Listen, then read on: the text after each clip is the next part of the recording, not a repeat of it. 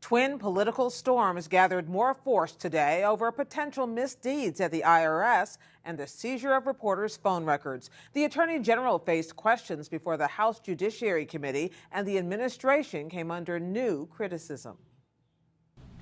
Now, my question isn't about who's going to resign. My question is, who's going to jail over this scandal? House Speaker John Boehner led the way this morning as Republicans stepped up demands for action in the scandal at the Internal Revenue Service. There are laws in place to prevent this type of abuse. Someone made a conscious decision to harass and to hold up these requests for tax-exempt status.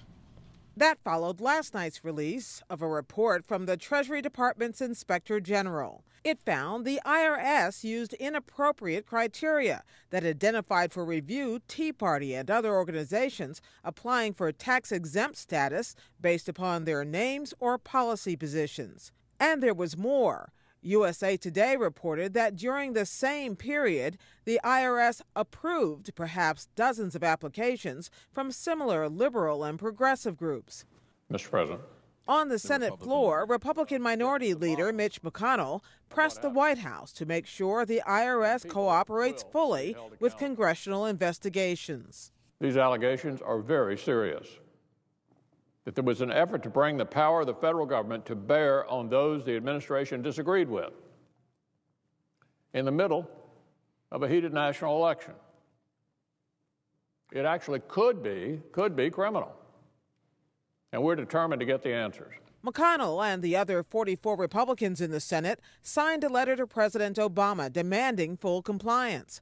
White House Press Secretary Jay Carney said today the president is committed to getting to the bottom of what happened. He expects people to be held accountable if they engaged in inappropriate activity, inappropriate conduct.